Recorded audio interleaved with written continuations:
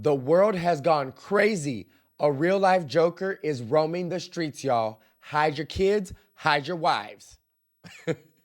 Luigi Mangione, a privileged Ivy Leaguer turned assassin, has shocked us all by targeting United Healthcare CEO Brian Thompson. Let's dive into why he did it, what secrets he exposed, and the larger lessons that we can learn from this chaos. Welcome, I'm Victor Dream, and my mission is to share powerful stories that we can learn from, heal from, and grow from. Let's get into it. Unlike the Joker, he's not unattractive or poor with an unstable family. Instead, he's the wealthy, educated version with the six-pack. He's hot, and millions of people are surprisingly lusting after him, which is kind of scary and very problematic. But anywho, I'll leave that between people and their therapist, okay? Before we go into the details of the assassination, let's go deeper into Luigi's background. Luigi is a 26-year-old born in Maryland, and by all appearances, he lived a magical life of the top 1%. Born in an elite family, his family owned luxury properties, including resorts and country clubs and many other businesses. He didn't just attend the country club, they owned it. I'm confused. What are you mad for, sir? How does this background lead to this? But anywho, we'll continue. His mother is a doctor, a cardiologist, and his father is a top lawyer and politician. Academically, Luigi was also a star. He graduated as valedictorian from a prestigious high school, and then he went on to attend Ivy League college at UPenn, and he earned a bachelor's and master's degree in computer science. So homeboy was smart. The world was his oyster. But like damn, usually valedictorians run for president, not become assassins. I don't understand how someone with this much privilege ends up like this. I guess we're gonna find out. So what happened specifically? The incident occurred on December 4th, 2024, around 6:44 a.m. Hold up. I'm not even awake at 6 a.m. I wake up around 9 a.m. How are people up and early? That means he got coffee or whatever, was up and jittery and murdering people. Like, go to sleep, sir. Anywho, that's a tangent. Luigi did this during a high-profile healthcare conference in New York City outside of a Manhattan hotel. Luigi was allegedly armed with a semi-automatic pistol, and apparently he was waiting outside for hours. And this sounds fishy. This CEO has 24-hour high-level security due to the nature of his job, and many people are angry of all the claims he denied or his company denied. So something seems off. Like, I feel like he was tipped or something. This is a allegation or belief, but I'm like, how does some 26-year-old have this high-level knowledge of a top CEO making $10 million a year? He reportedly ambushed Thompson in broad daylight, and then he fled on an e-bike before being caught a week later in Pennsylvania. Only in America can a white man get away with shooting someone in broad daylight and not get arrested on sight or people stopping him. He just shot him and then took some time, looked for the nearest bike on Uber and left? Like, girl. So who told on him? Luigi's dumb ass got discovered in two stupid ways. The first way is that he checked into a hostel wearing a mask, so he was trying to hide his identity. But he put the mask down to flirt with the hostel worker. And that's how they got this photo of him. Really, Luigi? You were horny? So that's why you got discovered? Come on, priorities, man. This man was crazy. The second stupid way they found him was he went to McDonald's after the murder. The McDonald's worker noticed Luigi's resemblance to the photo that was circulated that I just showed you, and they contacted authorities, leading to his final capture. Like, oh my God, Luigi, you just murdered someone and then you're going to big chain restaurants where they have cameras everywhere. Dumb, I tell you. That Ivy League education obviously didn't work that well. So the real question is, why would he do this? Well, He wrote an alleged manifesto letter directed at the police and to the public, highlighting that this was a highly planned out ordeal and Luigi's motivations were deeply personal and he was against the system. Allegedly, Luigi is angry after he got a spinal surgery that went wrong to treat a chronic back issue that he was experiencing severe complications with, including chronic pain constantly, and apparently he had alleged sexual dysfunction, which fueled his resentment towards the healthcare industry. So really, Luigi, you're mad because you're not happy with your surgery and it affected your ability to use your eggplant? So that is a reason to kill someone. Okay, Luigi, I don't understand it, but I guess if you're in constant pain at 26 and you're not able to do the nasty, it would make you want to kill somebody. Don't know, but anywho, we're going with it. What lesson can we learn from this? Lesson number 1, get mental health help before it's too late. Because when we're hurt, we hurt other people. If we don't get the help through therapy, a life coach, or some other forms of healing, our emotional and physical pain, it will always come out in dark ways. This is an extreme example, but let's all go to therapy, y'all. Without help, our crazy minds will convince us to do some wild things. And I'm speaking from experience. I'm glad I have Jesus and I've been in therapy for many years and I didn't act on the crazy things my mind wanted to do under stress and pain. Another big question is, why did Luigi choose Brian Thompson out of all the evil people in the healthcare industry? And it's because he allegedly viewed Thompson as a symbol of corporate greed and a system that exacerbated his suffering after his surgery, especially with United Healthcare being the biggest healthcare insurance company in America, generating over $300 billion this year alone. Okay, they're making money.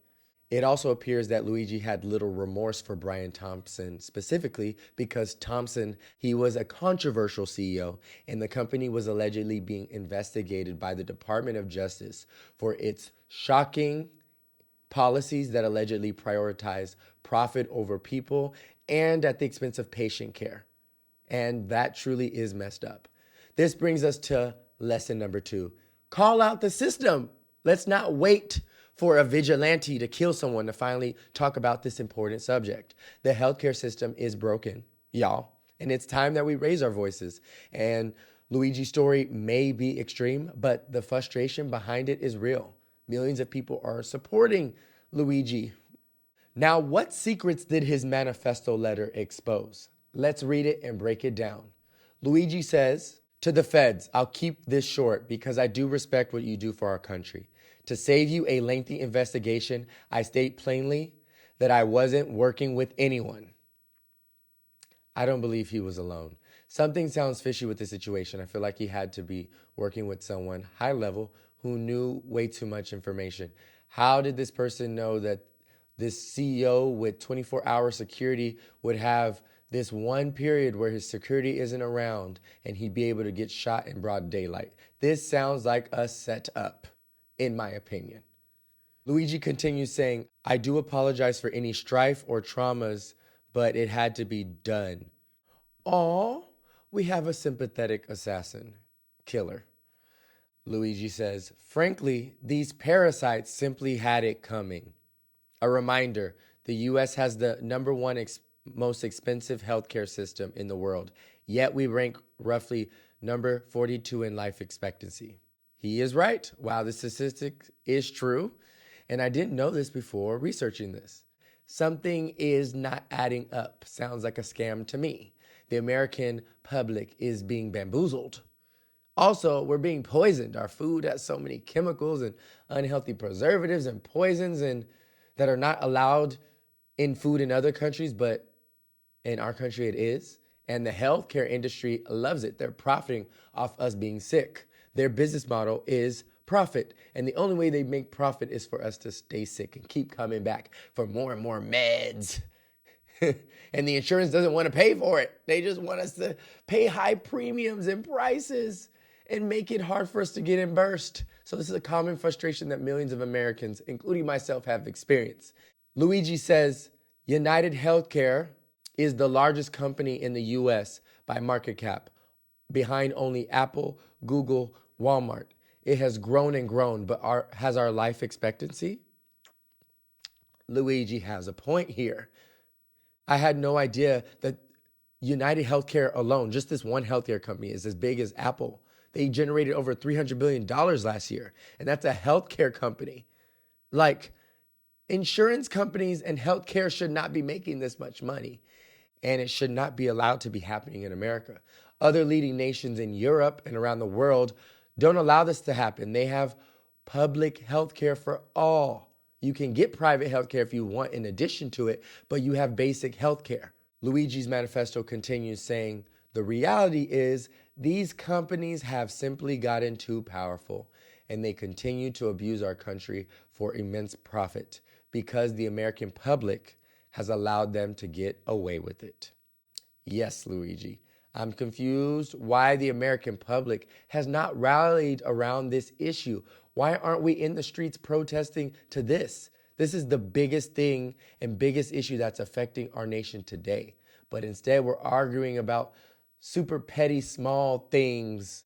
This is the issue that affects us all, no matter our race, no matter our background. We all are getting affected by these predatory practices of the healthcare industry. And for the first time in a long time, we have all this grassroots attention to this issue because of this situation. Luigi continues saying, many have illuminated the corruption and greed decades ago, but the problem still remains. It's not an issue of awareness at this point, but clearly power games are at play. Evidently, I am the first to face it with such brutal honesty. I mean, yes, brutal honesty, that is correct. And this isn't new information that he's exposing, but it's wild that I didn't know this. We don't know this. The media isn't making us aware of this. They're not pushing this narrative. Why? Big Pharma is paying ads to these television networks and news media companies. That's how they're making money. So these companies and media websites that are supposed to bring us awareness don't have an incentive to do that. They're not going to go against the people that are paying them.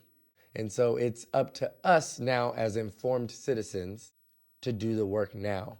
Another detail about the murder is that Luigi inscribed into the bullets 3 words that have a deep meaning. These bullets used in the crime were inscribed with delay, deny, defend, which is a book that he's referencing to by an author who exposed the health insurance industry by the name of Jay Feinman. The book exposes the strategies used by these insurance companies to maximize profits at the expense of their clients. And here are 5 key points that the book emphasizes. Number 1, insurance companies prioritize profit over policyholders. They do this by often denying claims. Some estimates claim that the average denial rate of insurance companies is up to 20%, which is crazy. That is way too high. People are not trying to go to the hospital because they want to. They're paying for insurance, and then they're in hopes when an emergency happens, they want the insurance to pay, but then the insurance is trying tooth and nail to not pay. Number 2, insurance companies have many tricky tactics to avoid payouts. A common strategy includes delaying the process, like I said, denying claims outright, and defending against lawsuits aggressively. These insurance companies like United generate $300 billion per year, so they have money to fight the average citizen who's trying to get reimbursed in the courts for what they rightfully deserve. But these companies have gotten so big and have so much resources and money and political power that they're able to get away with it. The third thing this book emphasizes that insurance companies purposely have manipulative fine print. Policies are often filled with complex language that are designed to confuse and mislead customers so they don't know their rights. The last point is that the book calls for reform because these high premiums and denial rates have put nearly 30% of Americans into medical debt. Like, really, that's crazy. They have insurance and they're in medical debt. What's the point of insurance? So the good that's come out of this tragedy is that we're talking about this important book. Luigi pointed us to the book through the bullets, which is crazy. This man is like an evil genius. But it's showing us what's really happening in the world, and I didn't even know this. So it makes sense why millions of Americans are excited that Luigi did this, because, they're like, hey, the government isn't protecting us, so we're going to go for street justice. It's even crazy to know that our politicians, our senators, our governors, all of them are being funded by Big Pharma. They're paying for them to get reelected. And our lawmakers have investments into these companies. They buy stocks into these health companies. That should be illegal. Like, what? How are you going to defend and protect us and advocate for the rights of the people if you're invested in the healthcare industry companies that are affecting the health of the people? Make it make sense. One thing I'm excited about with this upcoming Trump presidency is that Trump appointed Robert F. Kennedy Jr. to be the head of the Department of Health and Human Services. And Robert Kennedy don't play about health. And it's a reason I wanted to possibly vote for Robert Kennedy for president, because he's fighting against Big Pharma, the food industry, and the health insurance industry. And that is huge. No politicians are doing this because they're scared and because they want their money.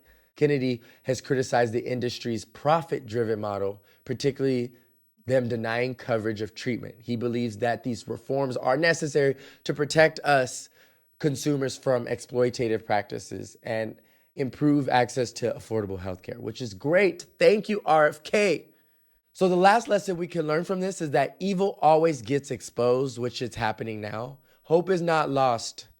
God and good energy will always win. And thankfully, we have politicians now who are going to fight against this evil practices that are poisoning America.